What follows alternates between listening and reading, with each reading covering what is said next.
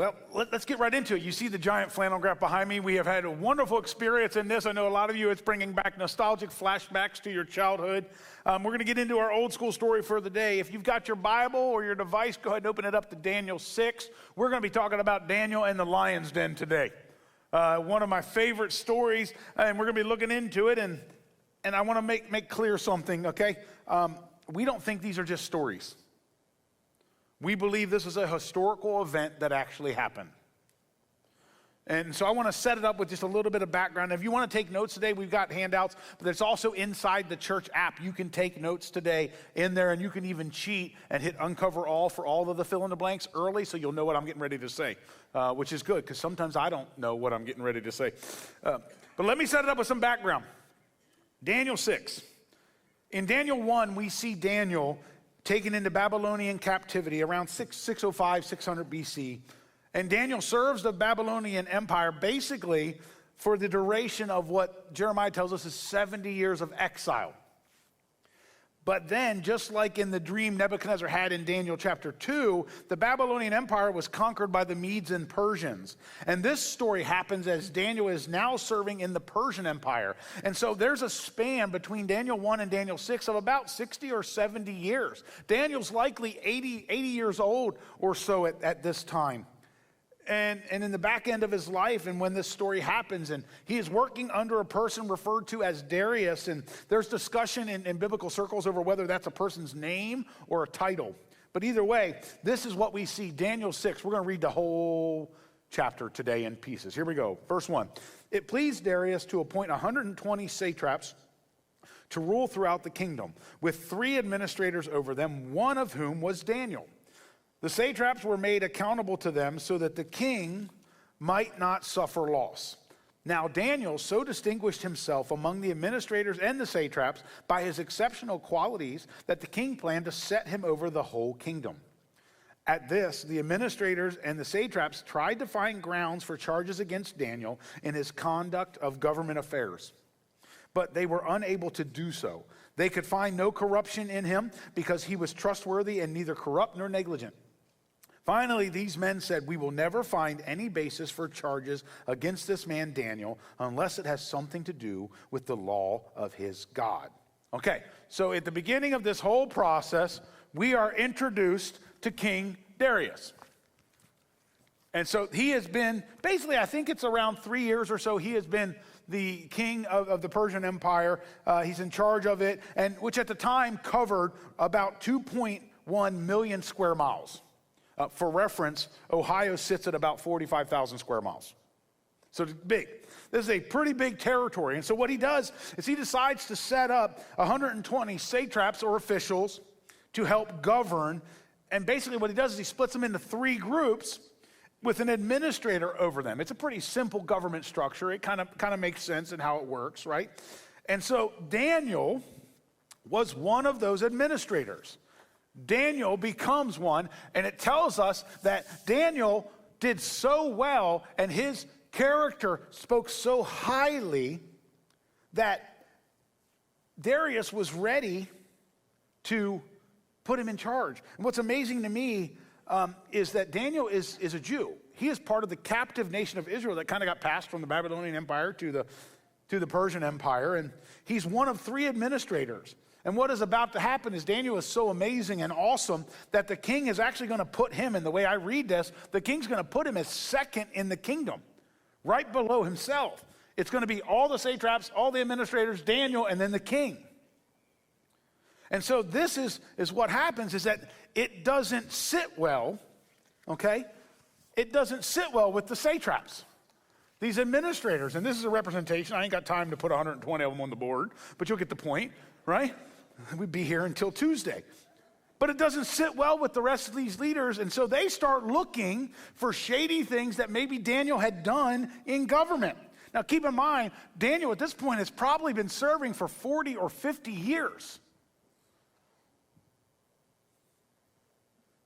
He has 40 or 50 years of government dealings at this point, but what's amazing, and I got to tell you right now, through that 40 or 50 years, they found nothing wrong with his government doings. Could you imagine that today? Yeah, exactly. In all that time, they can't find a shady deal, one corrupt decision, or even a bad decision where he just made a poor decision.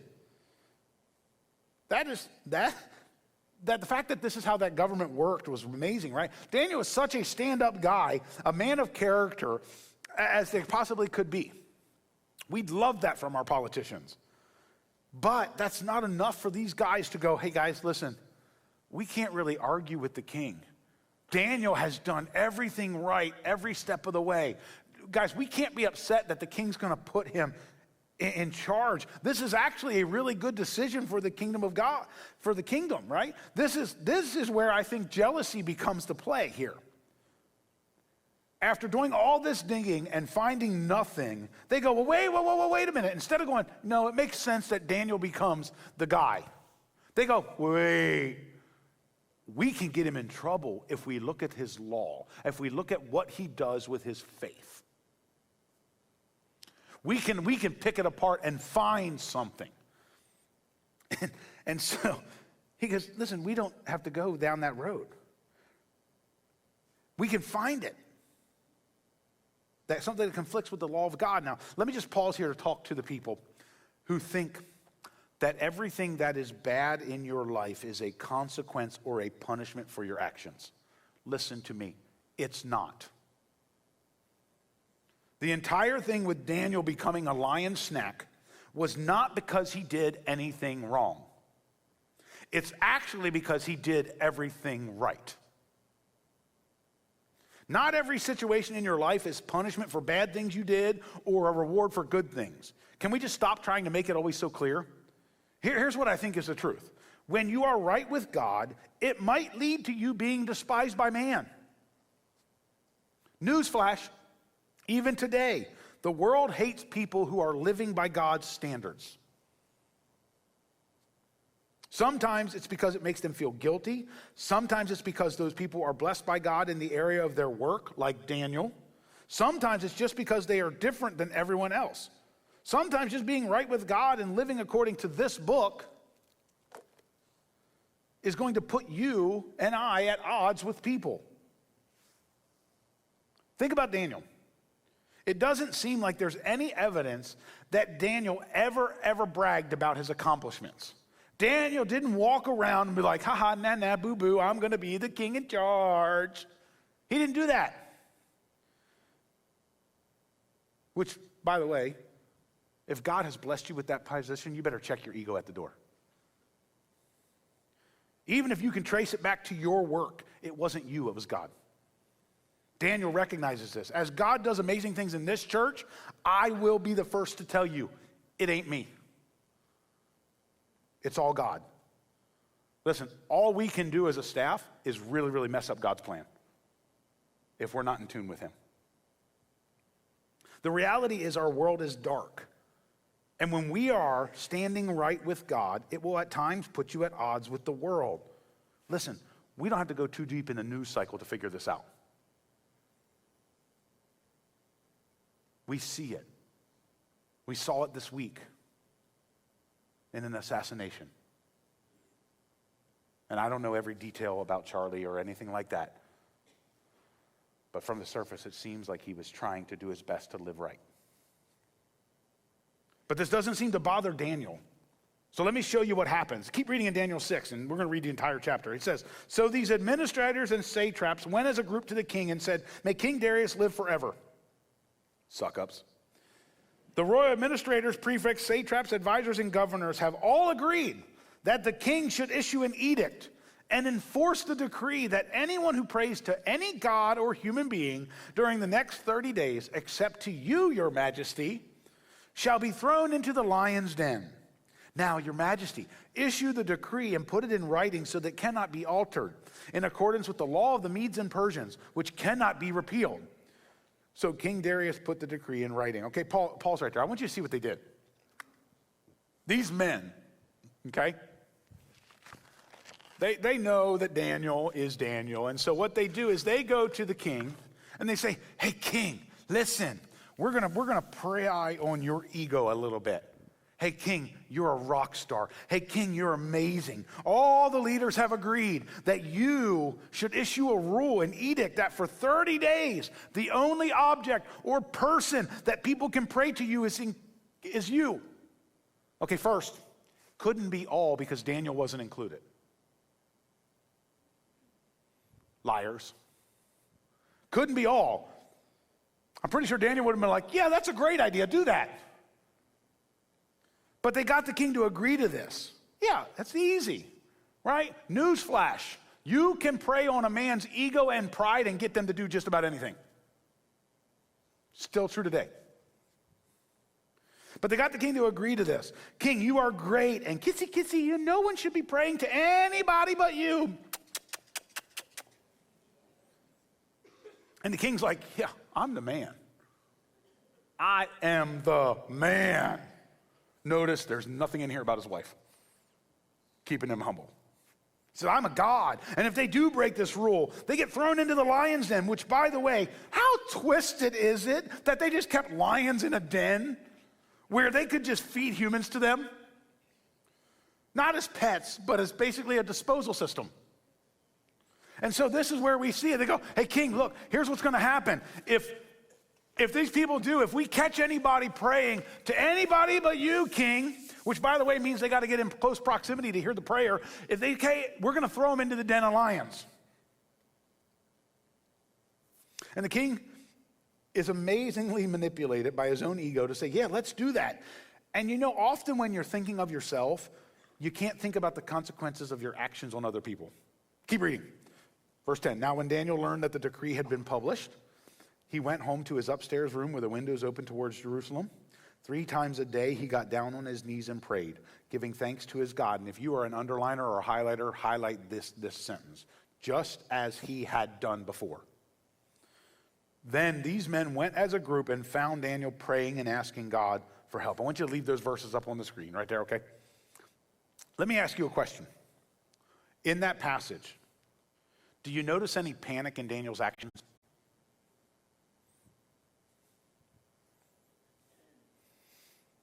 They just passed a law. Daniel knows it. They just passed a law that would cause Daniel to violate his beliefs to follow. And to top it all off, the penalty is if you do pray, you better pray that the lions are full. And they're not.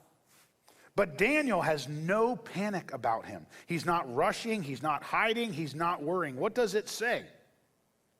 It says when Daniel heard the news, he went home, he went to his upstairs room with the window open towards Jerusalem, and he prayed 3 times a day, just as he had done before.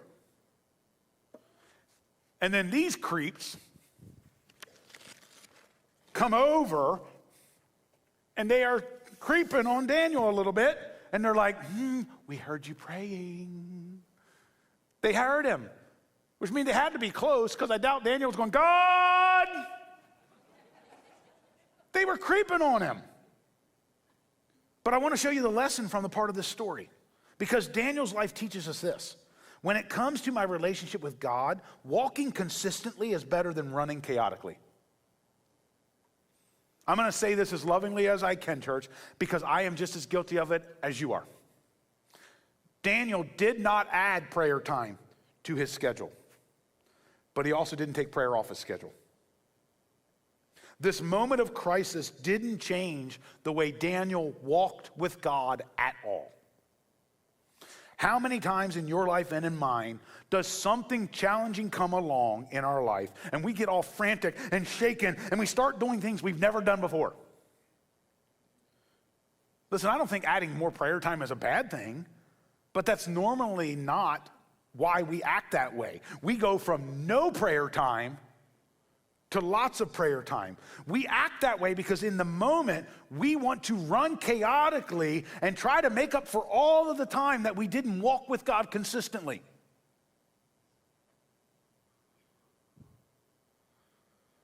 You want to feel convicted? Some people only faithfully come to church when they need something from God. Some of us only open our Bible when we need God to show up in our life. We treat God like a genie in a bottle. I had a parent tell me one time in ministry, well, I'm not going to push my kid to come to church or get involved with youth group because they're doing so good in school right now. Or they're doing so well in sports, that I'm not going to force it. That is a life that ends up running chaotically to Jesus when everything breaks loose. And the church will love you in that moment, but that is not how the relationship with God is supposed to be. It's called a walk, not a run. Imagine if you only spent time with your spouse when you needed something or when everything else around you is going crazy. Would you have a good, solid relationship? No. You would end up in my office talking about, I don't know what happened. I mean, things were fine.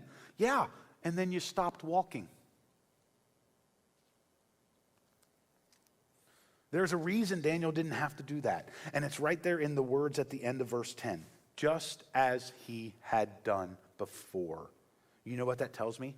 Daniel prayed 3 times a day every day. Daniel opened his windows towards Jerusalem every day. Daniel was not concerned with the fact that the law changed. Daniel was focused on remaining consistent in his relationship with God, no matter what was going on out in the kingdom. And I will tell you this, a consistent life doesn't get shaken by moments of crisis. When you are walking with God in a consistent manner, which that's why God refers to it as walking and not running. Because you cannot run consistently for a long time. You can walk forever. But when you are walking with God and communing with God and growing in your knowledge with God, a moment of crisis actually causes you to lean into God instead of panicking and getting all hot and bothered by it. I bet Daniel's prayers with God maybe changed a little bit because of the situation, but not his consistent walk. Just as he had done before. But now, they have gotten the trap set. Look at what happens. Keep reading in Daniel 6, verse 12. So they went to the king and spoke to him about his royal decree. Listen, pay attention to this. Did you not publish a decree that during the next 30 days, anyone who prays to any god or human being except to you, your majesty, would be thrown into the lion's den? I mean, I know we convinced you to put that decree out, and we probably wrote it for you and then had you stamp it, but did you not? The king answered, the decree stands in accordance with the law of the Medes and Persians, which cannot be repealed. Then they said to the king, Daniel, who is one of the exiles from Judah, now you begin to see the jealousy, pays no attention to you, your majesty, or to the decree you put in writing. He still prays 3 times a day. Do you know what that means? They sat there for a whole day creeping on him. When the king heard this, he was greatly distressed. He was determined to rescue Daniel and made every effort until sundown to save him. This plan is working perfectly for them. King, listen, you said it. You signed it into law. You stamped it with your ring. Well, we just want to let you know Daniel broke the rules that we tricked you into writing so that we knew Daniel would break the rules. We caught him praying. Little jerks. This is what they wanted. We win. Daniel loses. Sorry, king, you are going to have to choose one of us to be the head administrator, not this Jewish guy, Daniel. Oh, and don't forget, you got some hungry lions to feed. But here's the amazing thing. Don't miss this. The king was bothered and determined to rescue Daniel. I don't know if you know this or not, but that's not normal for a king. He put a law into practice, and that was that. Daniel was a captive Jew, and for some reason, this really, really bothered Darius. Why do you think that is? Well, I think the answer was given to us earlier. For 50 years, Daniel served faithfully, and there wasn't one negative thing about him. In fact, Daniel was so successful, hardworking, and honest that the king was going to make him the number 2 person in the entire land. And now, because the king was tricked and flattered into putting a law into practice before he could take time to see how the ripple effects would happen, he is going to have to throw Daniel into the lion's den, the pit, not the store. There was so much respect and admiration that now the king set his sights on rescuing Daniel from the law he set. This is not normal for a king. He wasn't concerned about the law, he was concerned about Daniel. Daniel was respected that much by the king of Persia. And this is what I want us to see about why it's important to be consistent in our walk. Personal integrity can bring public respect in critical moments. You can even go back to Charlie Kirk. People who hated him are coming out and saying, this should not have happened. Whatever you feel about Charlie Kirk, this should not have happened. That's respect. You want this kind of respect? You want people in moments where they should naturally feel one way? You want them to feel connected and respected to you? This group of administrators and satraps were so jealous of Daniel that they trapped him. And they went to the king and they said, we trapped him. Now he's got to go into the pit of lions, and there's nothing you can do about it. They were basically thrilled that he was going to be eaten alive. And like I said, we've seen this play out in our world just in the last week. I've never seen such divisive words being spewed.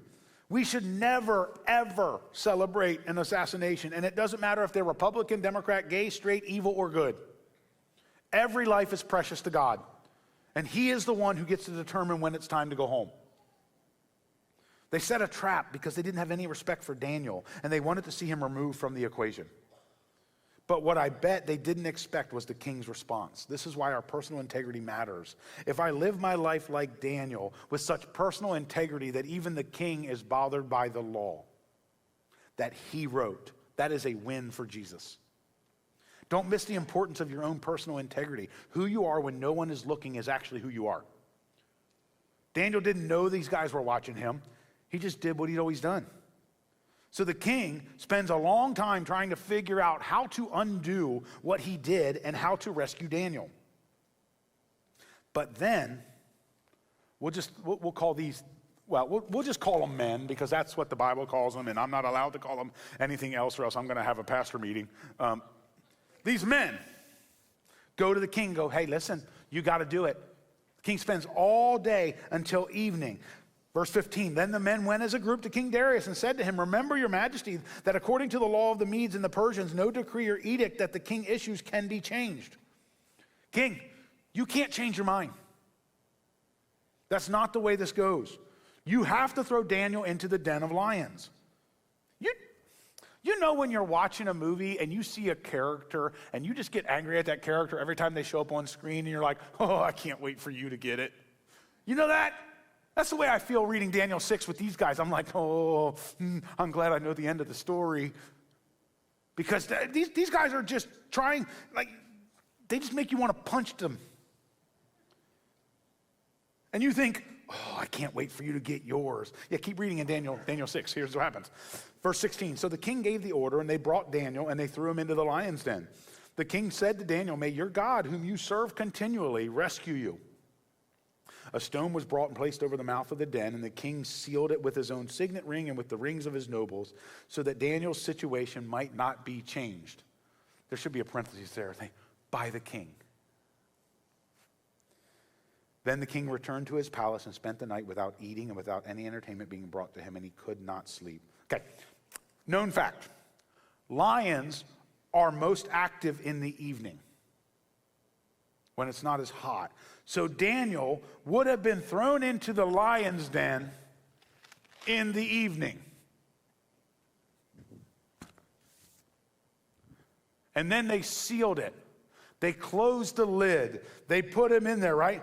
And the king makes this order, but I love this. He as he's getting ready to throw Daniel into the pit of lions, he goes, your God whom you serve can rescue you. Almost like the king's going, I'm okay with it. I'm okay with it. I hope it happens. And then the king goes back to his house, to the palace, and he doesn't eat. He doesn't take any entertainment. He doesn't sleep, which is not normal for the king. Normally, what would happen in this place? He would go back and he would party and he would never think of the lion's den again. The king didn't lose sleep over this ever. You think this was the first time he'd used the lion's den? He couldn't wait till morning. Verse 19. At the first light of dawn, the king got up and hurried to the lion's den. I'm sure everybody looked at him like he was nuts, like he was crazy. When he came near the den, he called to Daniel in an anguished voice, Daniel, servant of the living God, has your God, whom you serve continually, been able to rescue you from the lions. Okay. Do you understand how ridiculous the king looks right now? I want to make sure you understand this. You understand that these satraps that did all this probably thought the king was losing his mind. The king runs to the lion den, which he's never done before. And he calls out painfully, probably hoping, but not expecting Daniel to say something. And he hears this, verse 21, Daniel answered, "May the king live forever. My God sent his angel, and he shut the mouths of the lions. They have not hurt me because I was found innocent in his sight, nor have I ever done any wrong before you, your majesty." Okay, I gotta tell you, the phrase Daniel answered has to be one of the coolest phrases in all of Scripture when you think about it. Daniel answered. And my brain just desperately wants to know what Daniel did all night. Because again, in all of our pictures of Daniel, we have this beautiful light shining and all this stuff, and Daniel standing there. He got thrown into a pit and they closed the lid. It was dark. He couldn't see the lions. He could feel them. He could hear them. He didn't get to see them until the morning. He was thrown into a pit and it was sealed. It was completely dark. And in my brain, it looks something like this. Daniel's just laying on them, just chilling, petting them like they're a little kitty cat. That's the way I don't know if your brain works that way. Like, I don't picture Daniel standing there. I just picture him like just playing with them like they're like, ooh, chase the feather. I mean, like whatever. That's what I picture. Daniel's kicked back, resting on a lion, and I don't know, maybe he's Siegfried Roying them, putting them in his mouth. I don't know what he's doing. But this is what it is. But he yells out, the king goes, Daniel! He goes, nope, we're good. Because God knew I was innocent and I have not done you wrong. The king of the jungle is no match for the king of kings. Where are my English quizzes at? Let me show you something. Check it out. How many lions are there in this story? We don't know, but we know there's more than one because there's an S on the end of lions, right? That means there's at least two. Likely more than that based on what we see in the rest of the story. Okay, how many angels are there? It says, he sent an angel. An angel. Think about that power. I don't know if the angel came down and did the Crocodile Dundee thing. I don't know if somehow he had 27 arms at that time and he was able to hold the lion's mouth. I don't know. But nothing happened. And this is what I want to encourage us with today. The power of God shows out in the most challenging times. God didn't make it so Daniel could avoid the lion's den. He doesn't always allow us to skip the results, even when our actions are good and the results are bad. But what God did was he sent one angel to shut the mouth of all the lions. This is one of my requests on Heaven's DVR. But track with me. What do you think the satraps thought? Because you know they went with the king that morning. You know, it's not in the story, but you know they did. What do you think they thought when they heard Daniel's voice? They thought they had won. No one survived the den of lions. These were ferocious, man-eating animals, and I just picture them like licking Daniel's face or snuggling up to him, and just everything is calm and cool. Why? Because the power of God shows up in the most challenging times. These satraps did everything they could, and they thought that was that. Let me ask you a question. Does that remind you of another story?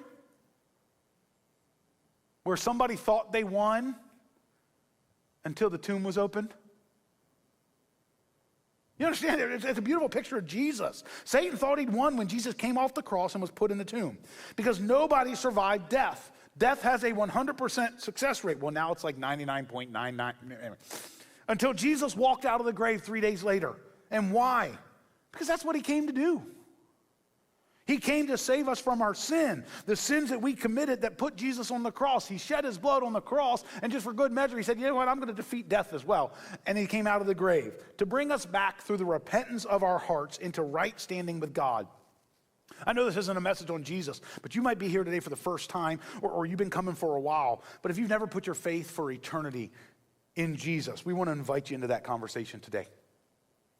We would love to take the time to help you understand how much Jesus loves you and how much he wants a relationship with you.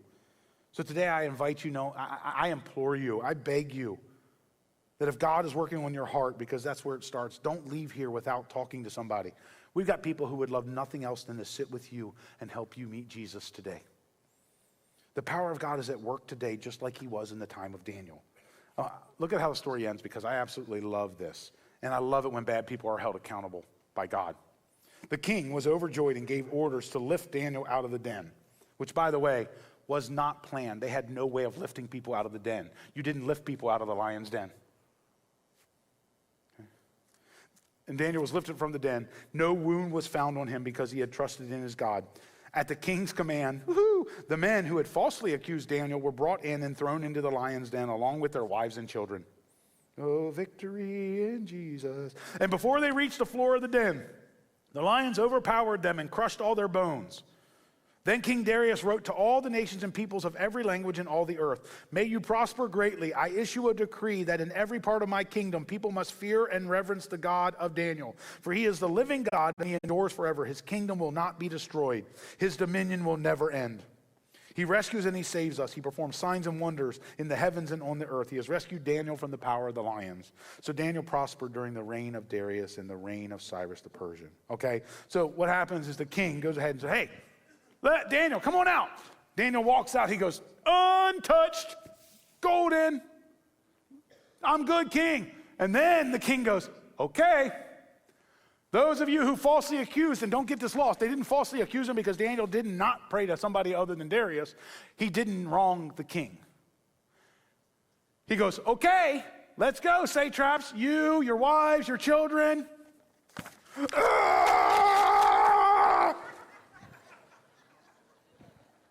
And it says before they even hit the ground, the lions overpowered them. I knew y'all would like that. Overpowered them and crushed their bones. They didn't even hit the floor.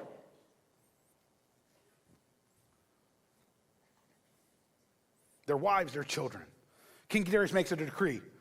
God is the living God and endures forever. His kingdom will never be destroyed. His dominion will never end. He rescues and he saves. Don't forget, this is the king of the known world. 2.1 million square miles in Persia. He didn't send out a decree about how Daniel was amazing and how Daniel had all this power. No, what he does is he sends out a decree about the living God of Daniel.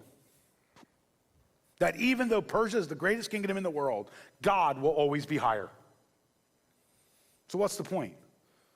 None of this would have happened if Daniel wasn't consistent. But it was in the consistency of Daniel's life that these men could trap him. And it was in the consistency of Daniel's faith that led God to rescue him in such an amazing fashion. And because Daniel's faith in God, the king of the known world, reset his life and made sure that everybody knew that he understood that the God of Daniel is bigger and more powerful and his kingdom would have no end. What's the point? As we wrap it up, here it is. The consistency of my faith may not make my life easier, but it will shine Jesus better. God never promised that if you're faithful, your life would be easy. In fact, I could argue that Jesus told us that because of our faith, our life would actually be more difficult. But Jesus also promised he'd never leave us or forsake us. That when life gets tough moments, when your faith is tested, that we would never have to walk alone. And Jesus also reminds us that the goal of our life is to make him known. I don't know what's going on in the lives of everybody in this room and those watching at home, but there are some who right now feel like they are in the lion's den in their life. Stay faithful to Jesus. Get into the word, pray, be connected. Because as we walk with Jesus, we grow with Jesus, and we get to see Jesus work through us to accomplish his will in this world. And so if you take nothing else away from this message, please let it be this. Jesus will never leave you even when you don't see it. And God will show up in the way that is going to best bring him honor and glory. My job is to simply abide in him and be consistent in my walk with Jesus. Church, pray with me.